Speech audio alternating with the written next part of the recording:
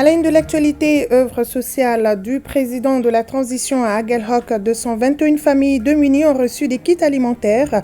Pour bien préparer le mois de Ramadan, le gouverneur de la région de Kidal a saisi l'occasion pour échanger avec les autorités coutumières de la localité. Le chef d'état-major général des armées en provenance de Niamey s'est rendu à Gao, Tombouctou et Mopti pour apporter les messages de soutien, de félicitations des autorités aux hommes sur le terrain. Dans cette édition, nous verrons si les marchés sont bien fournis en denrées de première nécessité pour le mois béni de Ramadan et comment les Maliens préparent ce mois. Et nous avons comme invité ce soir Ousmane Abou Diallo. Il est le président de l'amicale des anciens du service national des jeunes AMA SNJ. Avec lui, il sera question de la semaine des réservistes. Bonsoir, monsieur Diallo. Bonsoir, madame Kalia. Voilà, merci à vous d'avoir répondu à notre invitation. Merci. Et je vous reviens tout à l'heure, le temps de passer ces reportages. Merci. Bonsoir à tous et bienvenue dans la grande édition de ORTM 1, fin de l'atelier de haut niveau sur le pouvoir exécutif dans la Constitution, interaction avec les autres pouvoirs, valeurs et principes. Les débats ont permis aux participants d'avoir une idée claire du fonctionnement des pouvoirs, leurs compétences et leurs limites dans la nouvelle Constitution. Pour rappel, la session a été organisée par le ministère délégué auprès du Premier ministre chargé des réformes politiques et institutionnelles et concernait les représentants des institutions, les membres du gouvernement et les cadres de la haute administration. Batraoré. Atelier de haut niveau sur le pouvoir exécutif dans la Constitution, interaction avec les autres pouvoirs, valeurs et principes. Les débats ont permis aux présidents des institutions et autres cadres de la haute administration d'avoir une meilleure compréhension des textes régissant l'appareil d'État. Aussi, les experts ont fait un large étalage sur les dispositions de la nouvelle Constitution.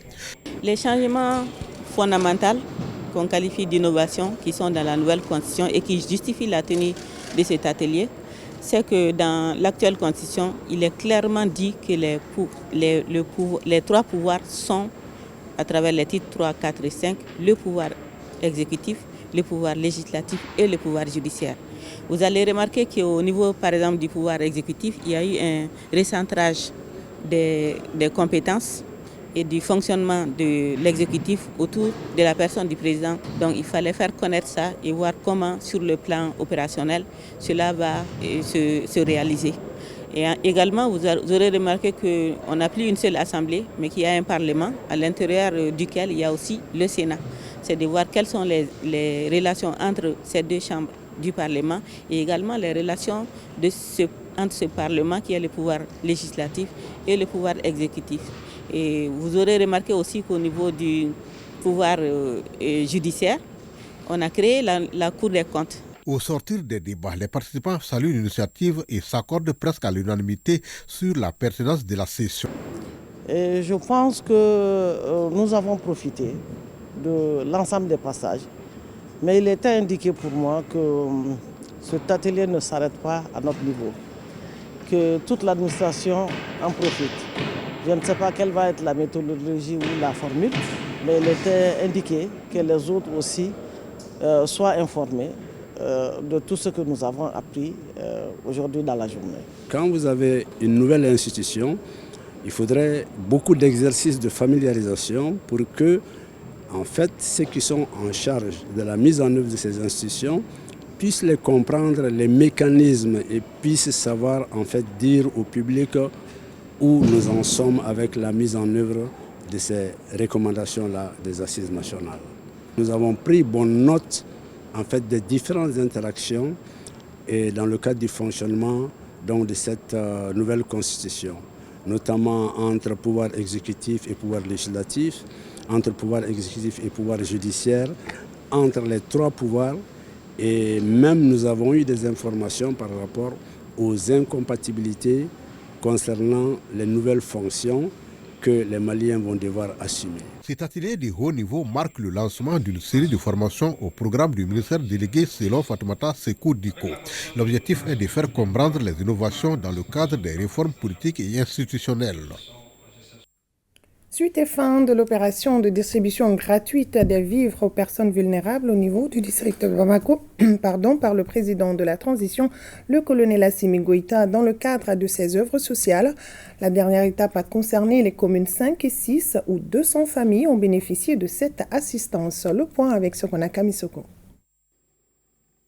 50 kg de riz, de mil, de sucre, un paquet de pâtes alimentaires et 5 litres d'huile. C'est la composition du don remis à 200 familles des communes 5 et 6 du district de Bamako. Le geste qui est du président de la transition boucle ainsi l'opération de distribution gratuite de vivres aux personnes démunies au niveau de la capitale. Le président de la transition veut montrer sa solidarité et sa compassion envers tous les Maliens en général et les personnes démunies à l'approche du mois de Ramadan. C'est pour que ça puisse atténuer un peu les charges du mois de Ramadan et que la solidarité soit pérenne au Mali. Par cette opération de distribution gratuite de produits alimentaires, le chef de l'État fait prévaloir une affirmation de Raoul Folero selon laquelle nul n'a le droit d'être heureux tout seul. Je remercie infiniment le président de la transition, le colonel Assimi Goïta. Que Dieu l'assiste dans ses œuvres de construction nationale. On prie également que ce mois de Ramadan soit un mois de prière et de pardon pour tous les Maliens. Nous remercions le chef de l'État pour ses œuvres sociales. On ne peut jamais remercier assez celui qui te donne à manger, surtout à quelques jours du mois de Ramadan. Le vent de la solidarité du président de la transition a donc soufflé sur les 6 communes du district de Bamako. Et les bénéficiaires ne sentiront pas certainement la chaleur liée aux dépenses du mois de Ramadan. Une donation qui intervient après plusieurs œuvres de solidarité de la présidence de la République.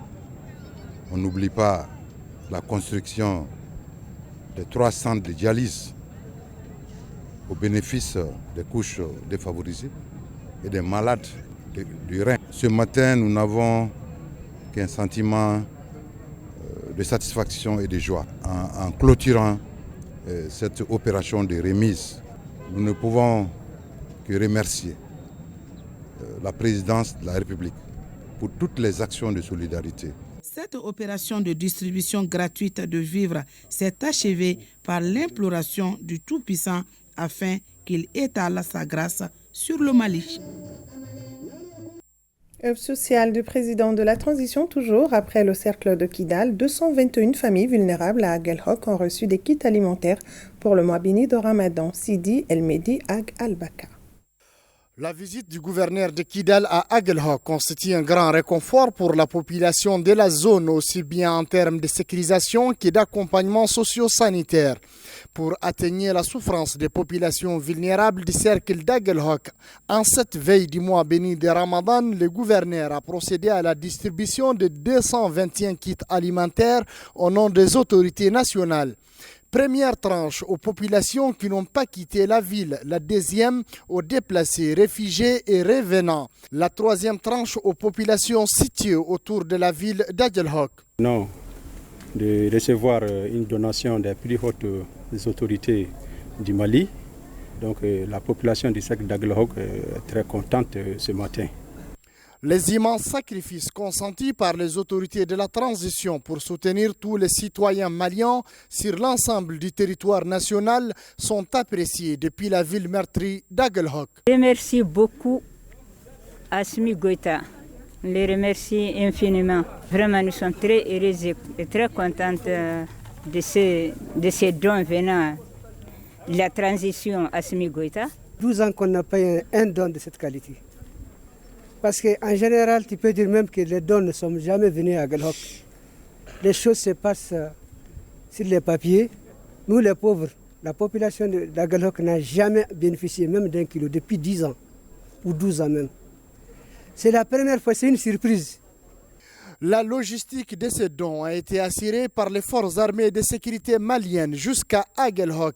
Et c'est d'une même voix que les bénéficiaires ont demandé au gouverneur de Kidal de transmettre leur reconnaissance au président de la transition, chef de l'État.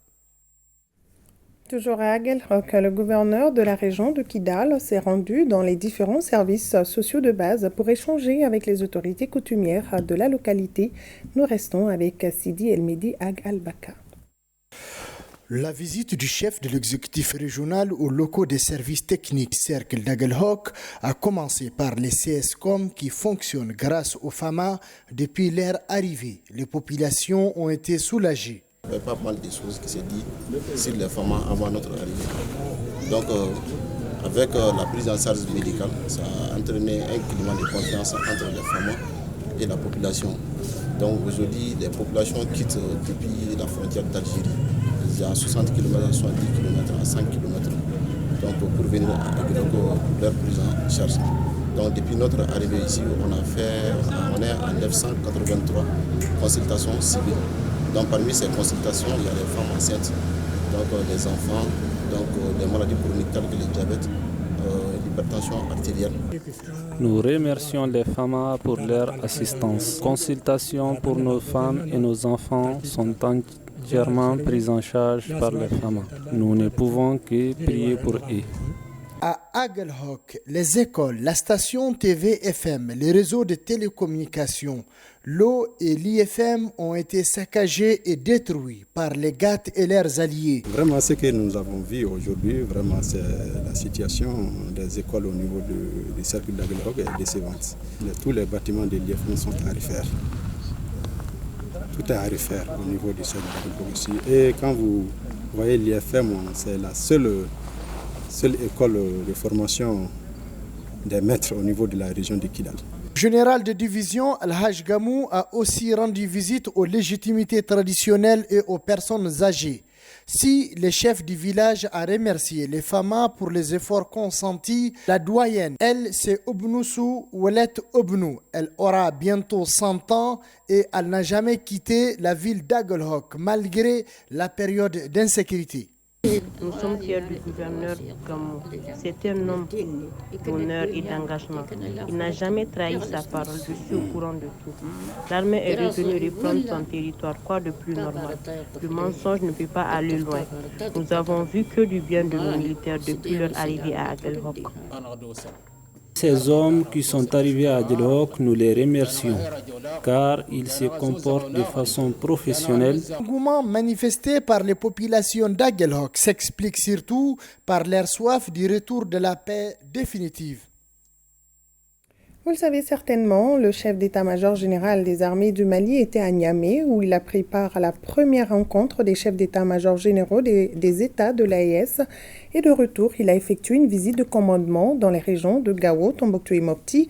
Une manière pour lui de transmettre les messages de félicitations et d'encouragement des autorités militaires aux hommes sur le terrain. Abdoulaye Sako. Je répète que tout le monde se mette en tête, la menace à laquelle on fait face aujourd'hui, elle n'est pas au-dessus de notre capacité. Elle n'est pas au-dessus de notre capacité. On a eu à faire des succès militaires remarquables. On a éliminé, on a fait des opérations de portée, on a éliminé beaucoup de chefs militaires. On a détruit beaucoup de bases. Ce message, les hommes engagés sur le théâtre des opérations ont besoin de l'entendre régulièrement. Il a une valeur ajoutée, surtout quand ça vient des chefs de guerre, le général de division Oumar Diarra. Dans la cité des Askia, celle des 333 saints et la Venise malienne, le chef d'état-major général des armées a eu un échange direct et franc avec les hommes qui sont debout sur les remparts pour assurer la sécurité des personnes et de leurs biens. L'un des sujets qui était aussi au cœur des échanges est l'initiative des États de l'AES à mutualiser leurs efforts pour lutter efficacement contre le terrorisme. Il s'agit premièrement d'adresser les félicitations et les encouragements des plus hautes autorités, des salutations du président de la transition, du ministre de la Défense, du ministre de la Sécurité et de la Protection civile et de toute la hiérarchie militaire. Les encourager pour tous les efforts qui ont été fournis ici depuis longtemps et dont le couronnement a été le 14 novembre passé. Le retour des forces armées maliennes dans la localité de Kidal et s'en est suivi le redéploiement de nos forces dans d'autres localités. Donc c'est pour les féliciter par rapport à ça. Et puis deuxièmement, partager des informations relatives à l'actualité. L'actualité aujourd'hui, nous venons d'une réunion des chefs d'état-major des pays de l'AES, le Burkina, le Mali et le Niger, partager certaines informations avec eux. des informations d'intérêt national et puis d'intérêt sous-régional et puis internationaux, pour que ces intérêts soient bien compris et vraiment pour que tout le monde soit au même niveau d'information. La discipline est la force des armées, rappelle le général Diarra. Il a aussi invité les militaires à la vigilance et à la rigueur, surtout quand il s'agit de l'utilisation des réseaux sociaux. Troisième point, c'est de prodiguer des conseils pour la suite de la mission, les perspectives, et parler un peu de tout ce qui est attendu d'eux. Rappeler les missions qui sont les miennes, les missions régaliennes, de défense du territoire national, la protection des personnes et de leurs biens. Prodiguer aussi des conseils par rapport aux questions de discipline, aux questions de discipline dont chacun doit s'approprier. Il s'agit même de l'image des forces armées maliennes. Et nous sommes en train de prôner le professionnalisme et à chaque fois peut-être des insuffisances qu'il faut relever et qu'il faut porter à la connaissance de tout le monde. Partout où il est passé, le chef d'état-major général des armées, avant de rencontrer les différentes autorités, a rendu hommage aux victimes tombées sur le champ d'honneur. En image, la cérémonie de passation de commandement entre le commandant du 52e régiment d'infanterie motorisée au camp Fort Cheikh Sidi Bekay de Tombouctou, c'est le commandant Ali Sofara qui dirige désormais ce régiment en remplacement du commandant Yoro Maïga. La cérémonie était présidée par le colonel Sidou Nyangandou, commandant de la 5e région militaire. Après la remise officielle de l'étendard, le nouveau commandant a eu droit à un défilé militaire de 2 compagnies du 10 régiment. Mois béni de Ramadan, ici à Bamako, est-ce que les marchés sont bien fournis en denrées de première nécessité? Comment les Maliens préparent ce mois béni de Ramadan?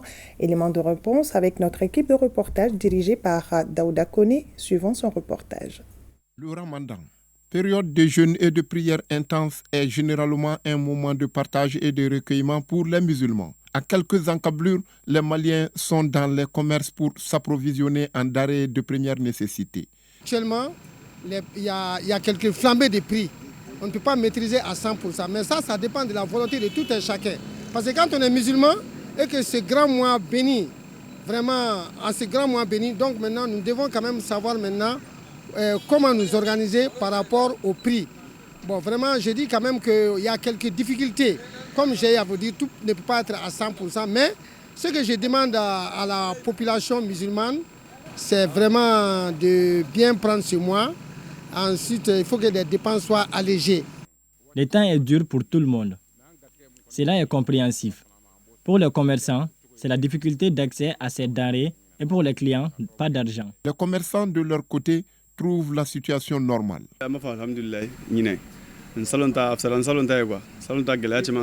Nous nous réjouissons cette année. Pour le moment, les clients viennent. Les prix sont abordables, seulement le riz s'est fait rare.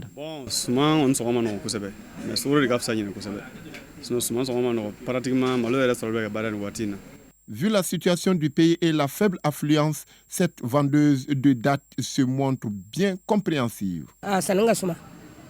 Nous ne voulons pas de cette cherté. Elle ne relève pas de notre responsabilité, car nous ne produisons pas nous-mêmes. Nous nous ravitaillons chez d'autres. Les ménagères prennent leur mal en patience et comprennent également la difficulté d'accès des commerçants à ces denrées et la production insuffisante. Nous, ménagères, nous n'avons pas de choix. Donc nous sommes obligés de nous soumettre aux difficultés liées à la hausse des prix des céréales et les légumes au marché. Sinon, nous voulons la réduction des prix.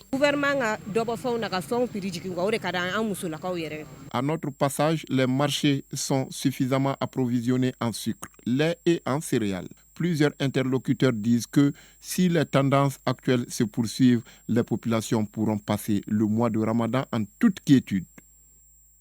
L'entreprise IBI Group vient de lancer les activités de sa filiale IBI Motor. Elle concerne la mise en circulation de véhicules électriques de marque IBI au profit du transport urbain de la capitale. Boubacar Bablintouré pour plus de détails. D'ici à l'horizon 2035, tous les véhicules fonctionnant à base de carburant seront interdits de circuler dans l'espace Union européenne. Les regards seront désormais portés sur les voitures électriques. Dans le souci de permettre à notre pays d'être au rendez-vous du peloton de cette technologie innovante de ces pays émergents, IBI Group, sous le leadership du président directeur général, vient de lancer les activités de sa filiale IBI Motors. Nommée Angata, l'initiative vise à mettre à disposition du transport urbain des véhicules électriques de marque IBI, confortables et moins coûteux. Une manière pour IBI Group de renouveler le parc auto bamakois déjà vieillissant. Notre ambition, c'est de pouvoir faciliter, d'ici 2035, qu'une grande partie des véhicules qui vont circuler au Mali seront des véhicules électriques. C'est des véhicules économiques, c'est des véhicules fiables. La technologie est déjà très mûre et très très fiable parce que 1 km de véhicule thermique coûte entre 100 et 200 francs CFA. 1 km de véhicule électrique coûte moins de 15 francs CFA. Dieu nous a donné plus de 4200 heures d'ensoleillement par an. Nous pouvons faire de telle sorte que le solaire soit notre carburant dans un avenir très proche. Vous savez, notre pays, particulièrement notre capitale Bamako, se caractérise par des véhicules qui sont très vétustes. La dominance, c'est les minibus Sotrama, c'est les taxis, dont la moyenne d'âge, monsieur le ministre, c'est 22 ans. Les véhicules que nous avons, nous sommes dans des véhicules où, en tout cas, sur le plan sécuritaire, sur le plan confort, il y a arrivé. L'initiative, au-delà de la modernisation du parc auto, aura comme impact la création d'emplois, la transition vers les énergies renouvelables. Aussi, la réduction de l'importation des hydrocarbures qui permettra à l'État malien d'économiser des milliards de francs CFA par an. Malgré que nous soyons un pays pauvre, mais notre économie pauvre est en train d'enrichir des économies riches. C'est ça la vérité. Et comment renverser cette tendance-là? C'est des projets de cette nature qu'il faut promouvoir, qu'il faut soutenir et qu'il faut faire en sorte que cette initiative-là puisse s'amplifier, se densifier, prendre part. Il va aussi de l'amélioration de la santé publique. Si on voit aujourd'hui la pollution qu'il y a à Bamako et les impacts sur la santé publique, c'est des projets de cette nature qui sont le socle du développement économique inclusif et durable. Comme perspective, la mise en circulation des motos électriques d'ici juin 2024 et l'implantation très prochaine d'une usine d'assemblage de voitures électriques, une première dans la sous-région. Déjà, l'entreprise dispose des bornes pour des besoins de recharge des particuliers disposant de ce type de voitures.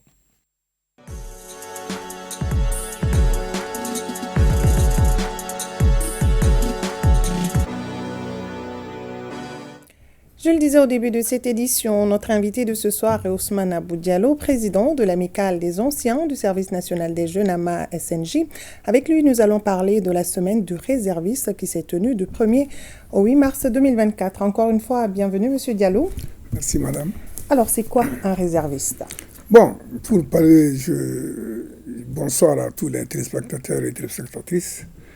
Bon, pour parler de la réserve, moi je pense que je vais définir la réserve. Elle est constituée de personnes appelées réservistes. Les réservistes renforcent, apportent un concours aux forces armées de sécurité. Donc un réserviste, c'est quelqu'un qui n'est pas de l'armée, mais qui peut soutenir les forces de défense et de sécurité. Alors, il y a même un décret 2023-05445 PTRM du 21 septembre 2023 qui définit les catégories de réservistes. Il y en a deux. Alors, la réserve stratégique et la réserve opérationnelle. Alors, c'est quoi la différence, M. Diallo? Bon, la réserve stratégique, est constituée des éléments du Service national des jeunes, les personnes qui ont accompli le service militaire, les militaires à la retraite, les militaires qui ont fait valoir leurs droits à la retraite et les militaires qui ont quitté avant l'âge de la retraite. Et toute personne volontaire peut faire partie de cette réserve. Mais on parle de réserve opérationnelle dès que cette réserve, ces éléments sont mis à la disposition du chef d'état-major des forces armées de sécurité. C'est maintenant de la phase stratégique à la phase opérationnelle. Donc ils peuvent être sur le terrain en cas de besoin? Ah oui, absolument. D'accord. Ça va dépendre de la volonté du choix du chef d'état-major général. D'accord, on va parler de la semaine du réserviste. Quel est l'objectif de cette semaine qui s'est tenue du 1er au 8 mars dernier? Bon, l'objectif, c'est vraiment comme il y a un an, il y a quelques mois, le statut de réserviste a été adopté. Nous avons eu des échanges. Nous saluons ici l'esprit de la bonne collaboration, l'esprit de collaboration du ministre Fomba, avec lui on a échangé, donc nous sommes convenus d'organiser une semaine de réservistes.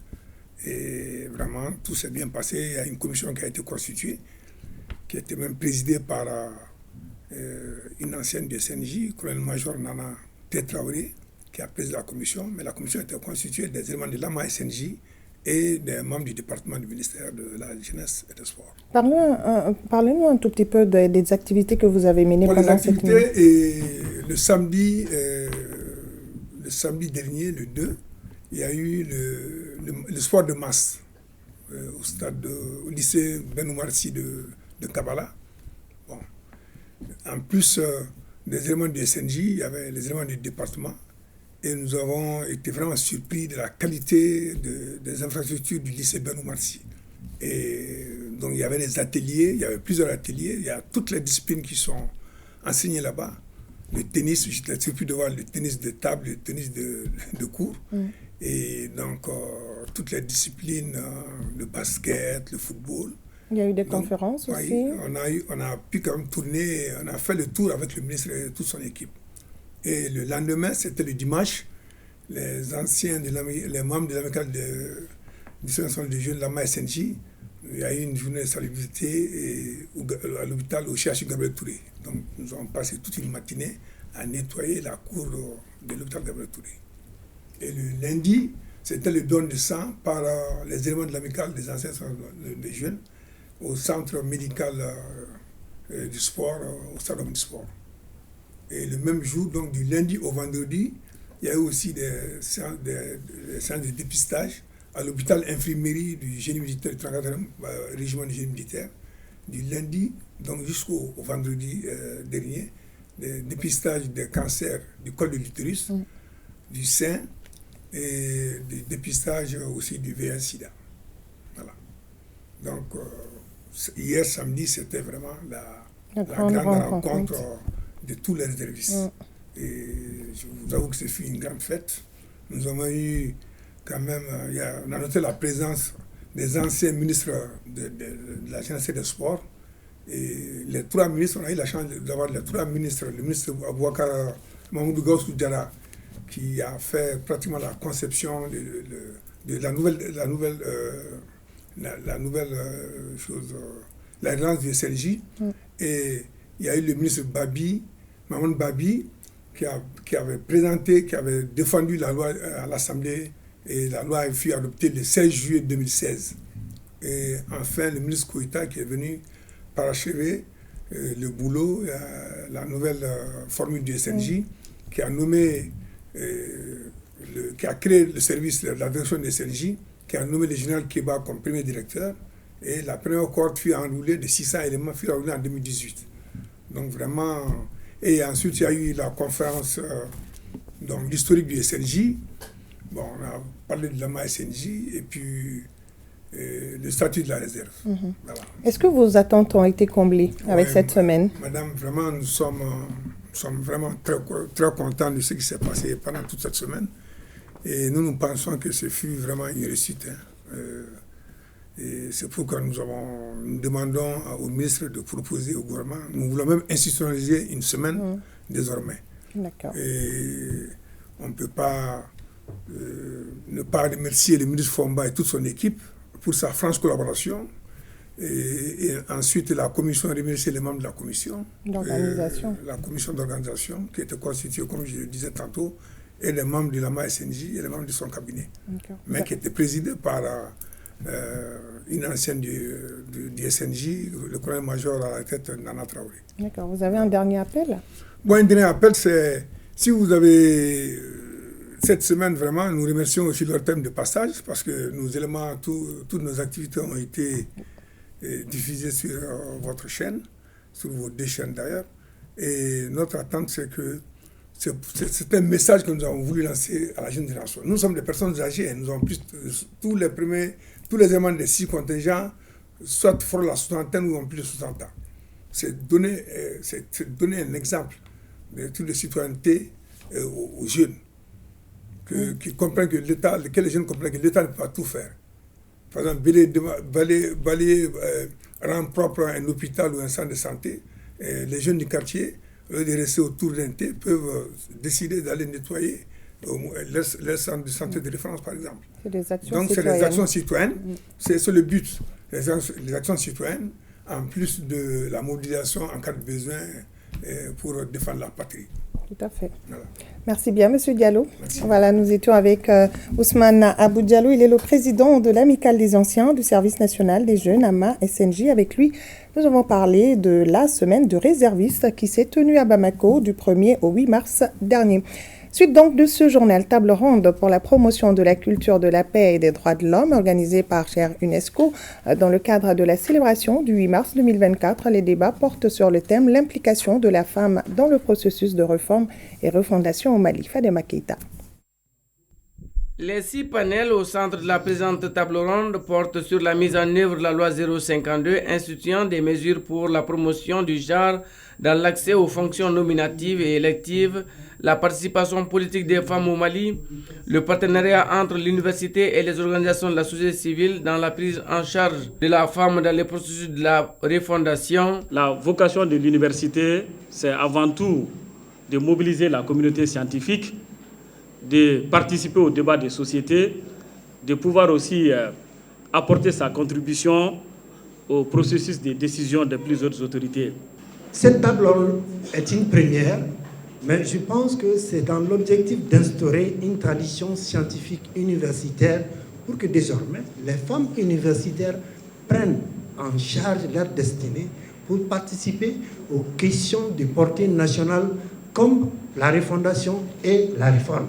Des efforts sont déployés pour améliorer les conditions de vie des femmes, mais beaucoup reste encore à faire. L'Université des sciences juridiques et politiques Bamako se doit de jouer pleinement son rôle, notamment dans la recherche de solutions novatrices à travers la mise en œuvre des activités de recherche sexo-transformatrices visant à réduire les inégalités de genre dans la perspective globale de l'étude nationale Prospective Mali 2025, de l'agenda 2030 du développement durable et de l'agenda 2063 de l'Union africaine. Les discussions qui seront engagées dans les différents panels de cette table ronde permettront certainement l'éclosion d'idées novatrices propices au changement de comportement pour une application efficiente et efficace des mesures adoptées en faveur de la promotion et de la protection des droits de la femme. La table ronde organisée dans le cadre de la célébration du 8 mars 2024 magnifie toutes les femmes du pays car elles tiennent sur leurs épaules le salut du monde. L'ONG AFLED, Association Femmes Leadership et Développement, appuie les femmes de Baguineda dans leur activité de maraîchage avec des matériels. Elles ont également reçu des vivres pour bien préparer le mois de Ramadan. Tiemogo Konate et Karunga Konate de retour de Baguineda. Les femmes de Baguineda au rendez-vous de l'autonomisation. Elles ont pour domaine de prédilection le maraîchage. Même s'il est difficile de se prononcer sur les statistiques, les organisations féminines locales soutiennent que ce secteur d'activité occupe une frange importante de la cible qui bénéficie ainsi d'une bouffée d'oxygène grâce à l'octroi de ces produits sémenciers et matériels de maraîchage, un don de l'ONG AFLED, Association Femmes, Leadership et Développement Durable. Il s'inscrit dans le cadre du 8 mars, la Journée internationale de la femme. Nous savons que Baguineda, les femmes sont très entreprenantes. Elles travaillent beaucoup dans le maraîchage. Donc nous avons vraiment saisi cette occasion avec la COFESFA qui travaille beaucoup ici pour organiser cette cérémonie de don de matériel de maraîchage. Nous pensons que ces matériels vont beaucoup les aider dans leur travail quotidien. Ces matériels vont beaucoup nous aider car nombreuses sont celles dont les moyens sont limités au moment des activités maraîchères, ce qui explique le retard dans le démarrage et la réduction des revenus. Nous en sommes vraiment heureuses. Ces dons de produits sémenciers et de matériel maraîcher étaient accompagnés de 10 tonnes de vivres comme pour aider les plus démunis à passer le mois de Ramadan. Un autre geste accueilli à bras ouverts par les bénéficiaires. Généralement, on donne ça aux plus démunis. L'essentiel, c'est de donner, et la quantité importe. Mais le sens, déjà qu'on est à l'approche du mois de Carême, Vraiment, avoir ces vivres-là pour nos populations, vraiment c'est quelque chose de bénéfique pour la population de Baguineda village. Par ces gestes, l'ONG AFLED contribue à abréger la souffrance des plus démunis ici à Baguineda, mais aussi à révolutionner la culture maraîchère. Tout cela pour un seul objectif, l'autonomisation de la femme. Représentativité des femmes à la vie publique et politique, défis, enjeux, perspectives, c'est le thème d'une conférence débat à Kangaba. L'objectif visé est de faire des lobbying pour inverser la tendance en termes de représentativité dans les instances de prise de décision. La rencontre est initiée par les femmes des 9 communes du cercle de Kangaba dans le cadre de la célébration du 8 mars. Envoyés spéciaux à Kangaba, Inaba et Gausso Ashtouri. La célébration du 8 mars vise à faire des plaidoyers tout en sensibilisant l'opinion nationale et internationale sur la condition de la femme. Consciente du rôle que jouent les femmes dans la société et dans la famille, la conférencière a invité ses sœurs à redoubler d'efforts pour qu'ensemble, elles puissent accélérer le rythme vers l'égalité du genre. Les femmes doivent travailler et les hommes apportent leur soutien. Je demande aux femmes de Kangaba de serrer la ceinture pour apporter leur pierre à la construction du Mali.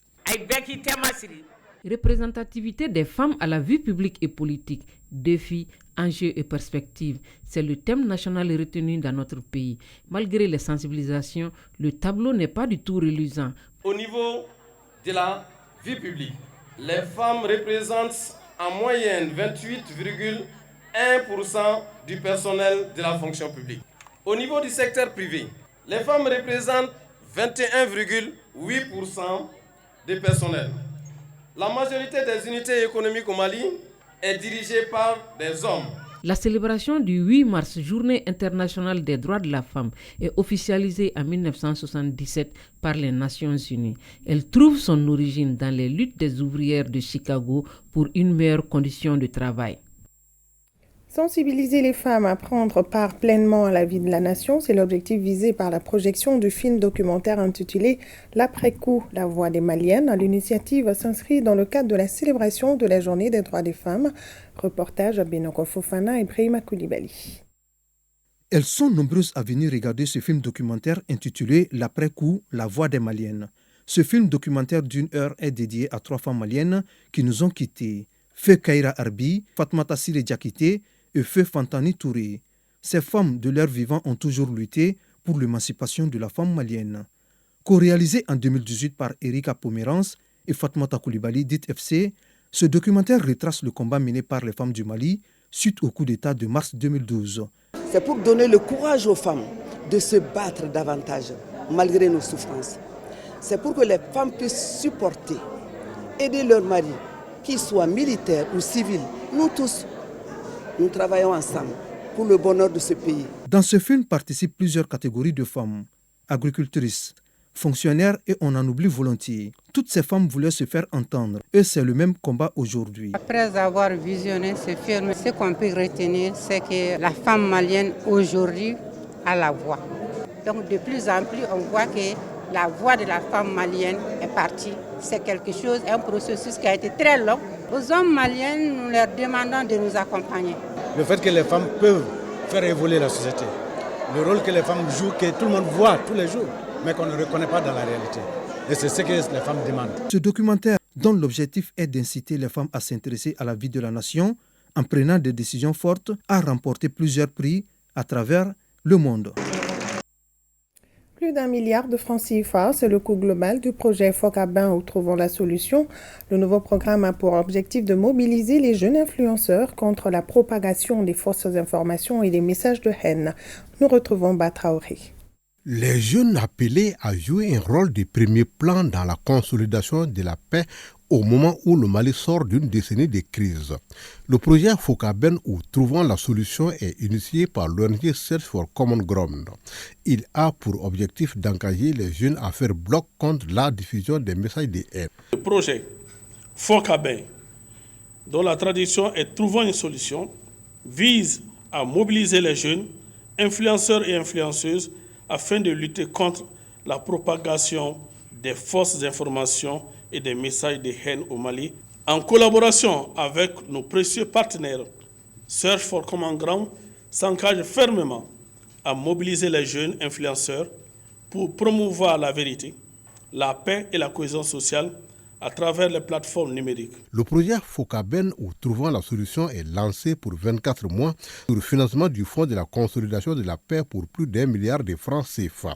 Conformément aux priorités nationales, ce projet contribuera, j'en suis convaincu, à outiller les jeunes femmes et les jeunes hommes activistes, blogueurs et professionnels des médias pour lutter contre la désinformation et renforcer la cohésion sociale au Mali.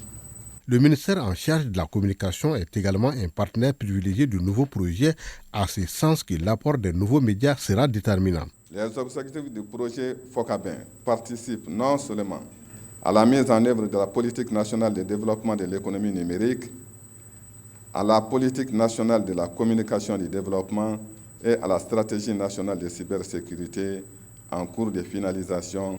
Les 10 objectifs sont en parfaite harmonie avec les stratégies et politiques internationales qui mettent un accent sur l'inclusion des jeunes et des femmes dans ce domaine.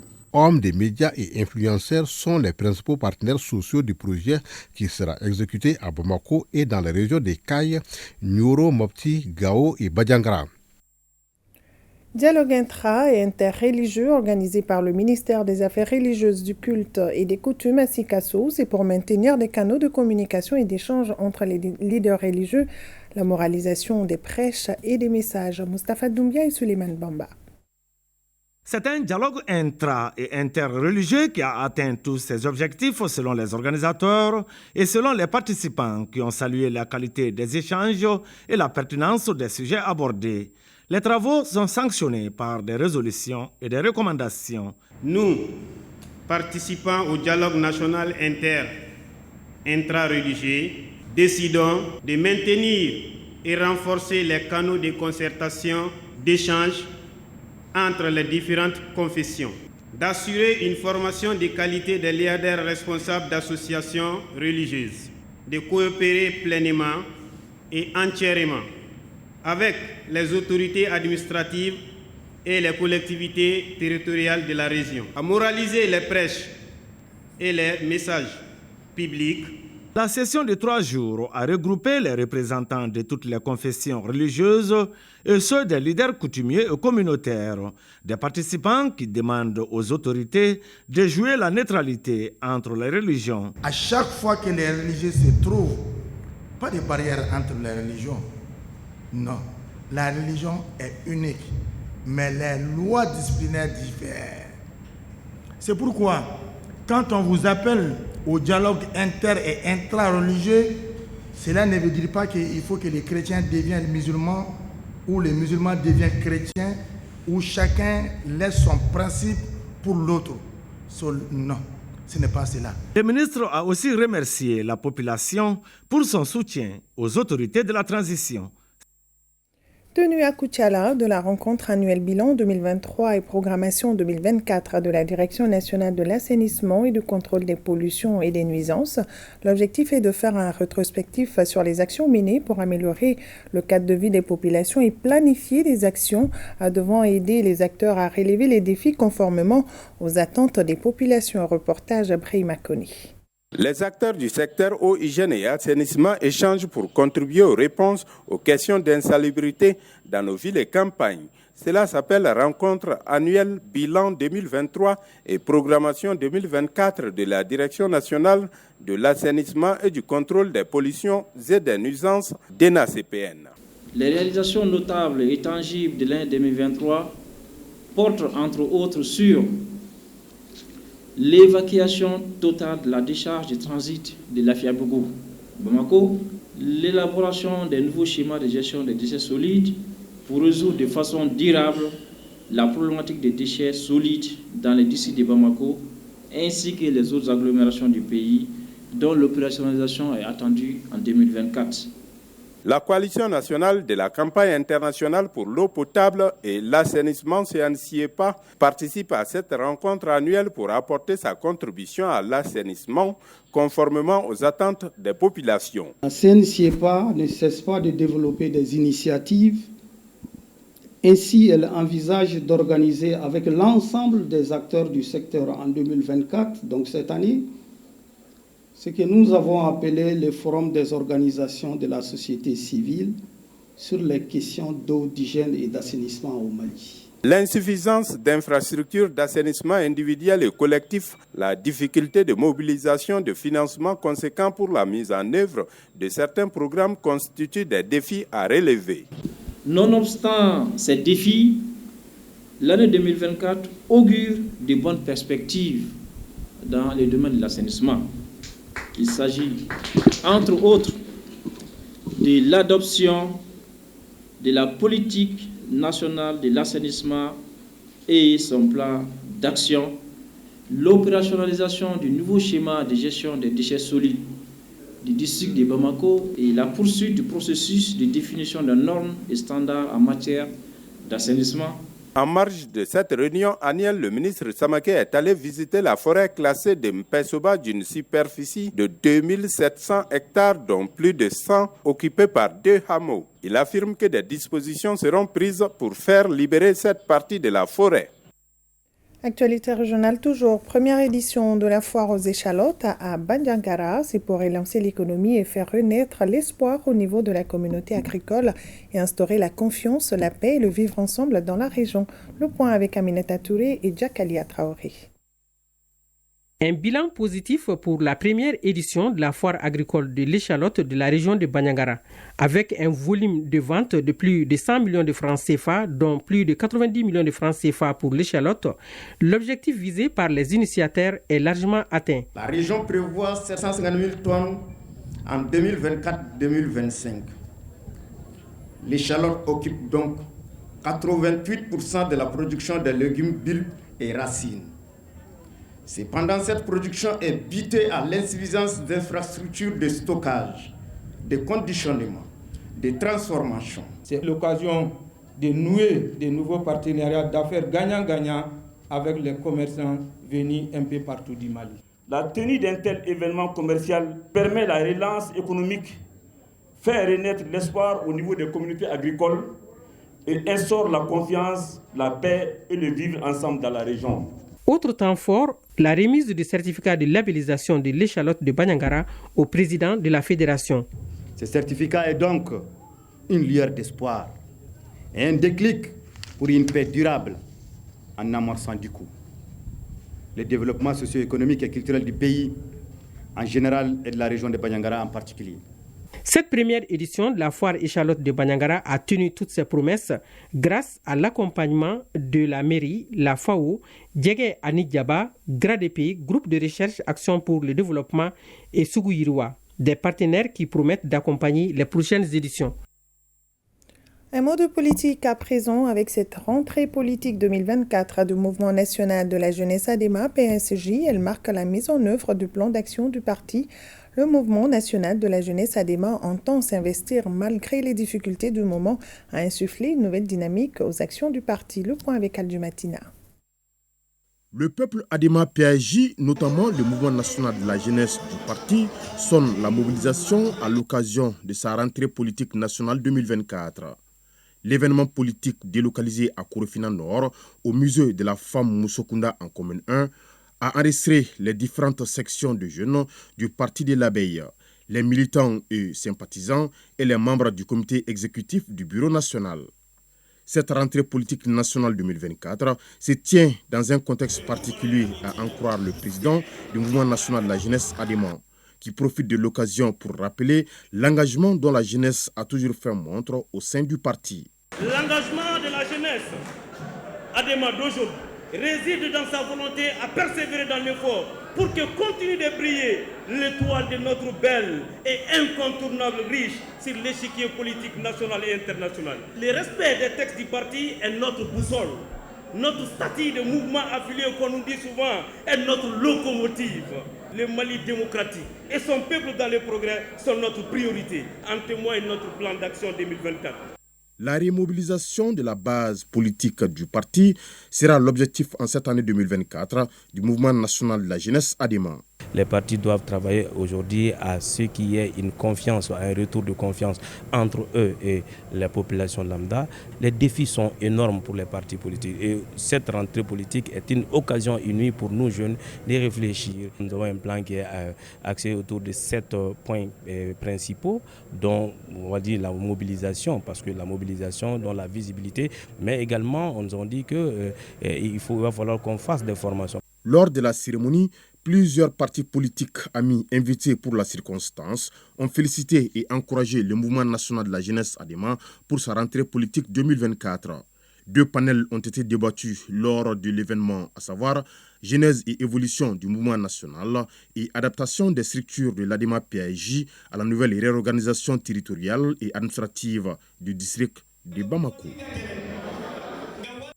Deuxième journée du Festival international d'Idadi Bougouni, édition 2024. Elle a été marquée par une course de pirogue, un concert géant avec les artistes de la région. Envoyés spéciaux Ibrahim Kaoukonaté et Sidi Modibo Dambélé. L'une des activités phares du Festival international d'Idadi de Bougouni est la course de pirogue. Elle est organisée pour la 4e fois par la direction du festival. Non, cette course de pirogue est une activité vraiment, comme vous-même voyez déjà l'ampleur. C'est une activité phare aujourd'hui du Festival international d'Idadi de Bougouni. Mais à Bougouni, nous avons un fleuve qui est là depuis très longtemps, mais personne ne pratiquait une course là-dessus. On a été obligé vraiment d'appeler la communauté Bozo, leur dire de venir nous faire voir vraiment leur savoir-faire. C'est un très grand facteur de cohésion sociale. Facteur de cohésion sociale, la course des pirogues est un véritable tremplin pour la communauté Bozo. Cette course des pirogues fait partie de notre culture. Nous aimons beaucoup et nous apprécions. Prochaine fois, la participation des Mamtiro nous fera plaisir. On n'est pas surpris par cette victoire. Nous sommes tout simplement les meilleurs parce que c'est nous qui encadrons les jeunes. Une journée remplie d'intenses activités avec à la clé le concert géant qui a vu la participation de nombreux artistes, dont Bassidi Koné, ce jeune percussionniste du groupe Bouanzan. Vraiment très joyeux, très content. C'est une retrouvaille. Cette journée a été couronnée par des belles mélodies.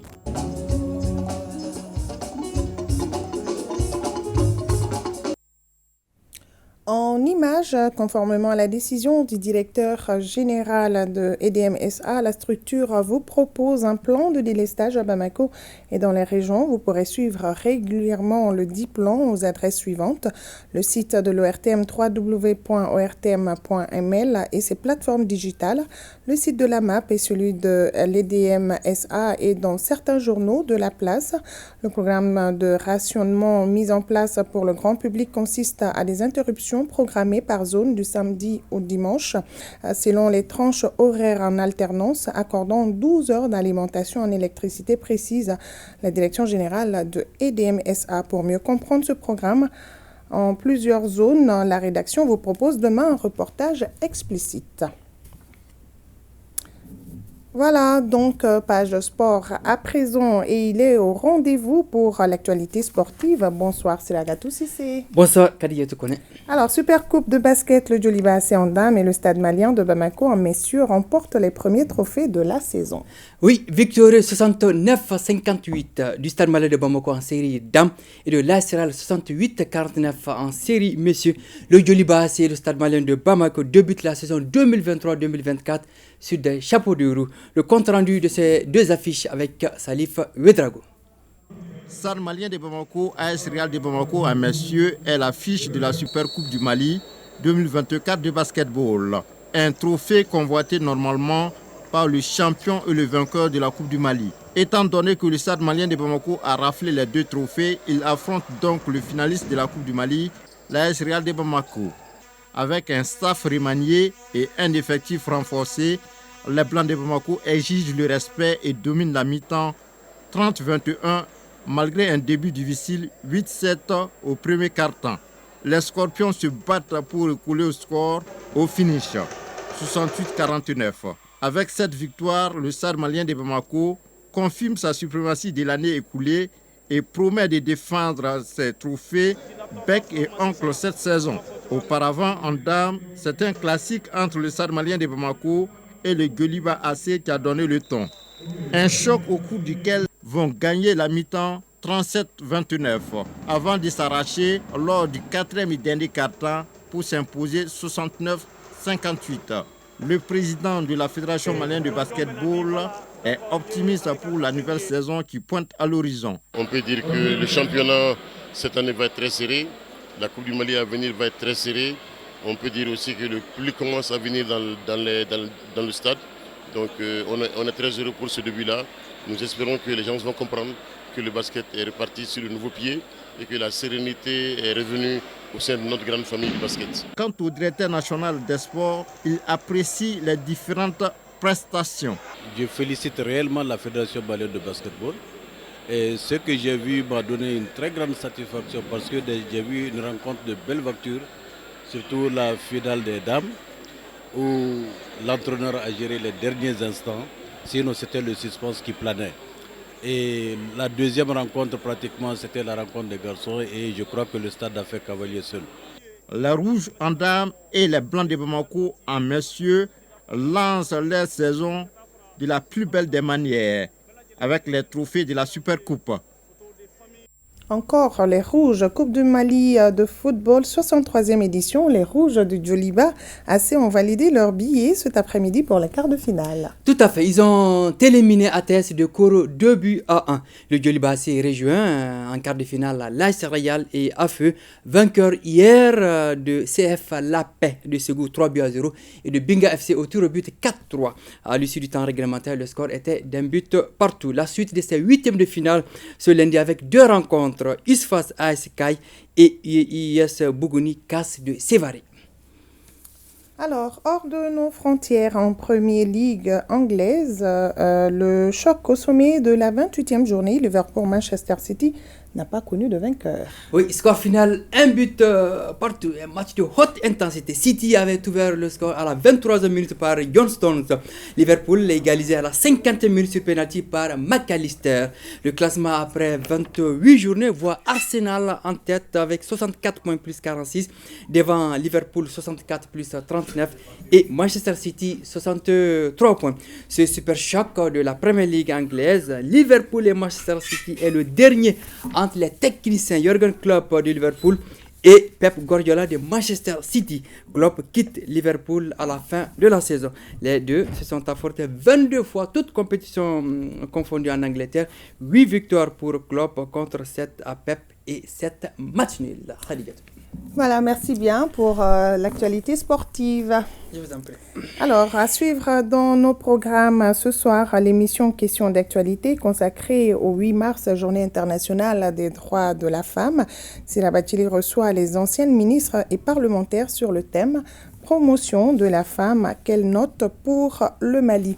Alors, signalons que le Ramadan commence demain sur toute l'étendue du territoire national. La lune a été aperçue à Bougouni et Yanfolila.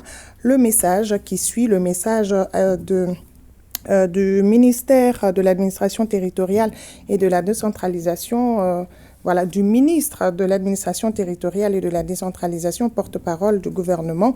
Alors, référence, votre message relatif à l'observation croissant lunaire Ramadan Sungalo, après observation par les membres de la commission locale, l'observation de la lune et commission communale.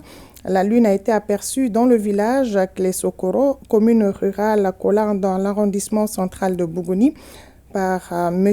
Djakité, Yakouba Djakité, Younoussa Djakité et Mamadou Bachir Djiri. Voilà donc, le Ramadan commence demain sur toute l'étendue du territoire national. Et votre télévision nationale vous propose une grille spéciale Ramadan. C'est pour mieux vous accompagner dans l'accomplissement de votre devoir religieux à l'occasion du mois béni de Ramadan. Pendant le mois de Ramadan sur ORTM, votre journal télévisé de 20h sera diffusé à 20h45. Les infos en langue nationale à 17h et donc Ibarou à 17h30. Retrouvez également tous les jours le bureau des oulémas avec les magazines religieux à 18h, 20h aux environs de 23h qui seront rediffusés successivement à 6h45, 12h30 et 13h25. La grille spéciale à Ramadan sur ORTM 1, c'est aussi des feuilletons et des sketchs religieux, sans oublier la leçon du Ramadan qui sera diffusée tous les jours avant et après la rupture du jeûne. Par contre, la diffusion de novellas est suspendue pendant toute la durée du mois. Et si vous êtes à Bamako ou alentour, suivez tous les jours l'appel à la prière pour la rupture du jeûne sur nos antennes à l'heure du coucher du soleil. Ramadan Moubarak, en compagnie des programmes de l'ORTM, votre télévision nationale. Et c'est la fin de cette édition. Merci à vous de l'avoir suivi. Nos grands-pères disaient qu'on n'est pas riche parce qu'on a beaucoup, on est riche parce qu'on donne beaucoup. Pensons aux plus démunis en ce mois béni de Ramadan. Bon mois de Ramadan à toute la communauté musulmane et bonne fin de soirée à tous.